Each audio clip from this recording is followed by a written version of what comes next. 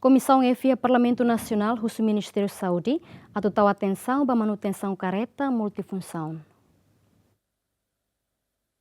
E a fiscalização do município Bobonaro, Komisaun F Parlamentu Nasional nian, é responsável pelo assunto saúde no igualdade de gênero, identifica problema bara que é centro saúde sira. Liu com a bacareta multifunsaun nebe avaria, mas belori tempo naruk atau halo manutensaun. No neia quarta, presidente Komisaun F Maria Gorumale Barreto, husu ba Ministério Saúde, atau atenção ba manutensaun kareta multifunsaun, no neia bele facilita paciente halo transferência. A me identifica katak quase que iha husi centro saúde sira iha problemas bote de nebe mesera hasor mak primeiro maka ambulância multifunção quase que baraclio iha condição nebe mak at mas be ho tempo nebe mak clear ituan por volta fulan hat fulan tolo e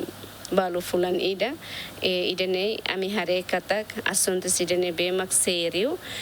tamba ambulância multifunção quando to tempo ne bem mak clear mak Ministério Saúde la halo manutenção la lais então idene afeta ba iha profissional saúde ser ne bem mak exercer nia função iha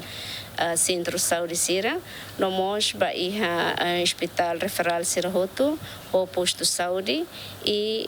o enhira sira label halo batida ba iha paciente sira nebe maka mora sério atau halo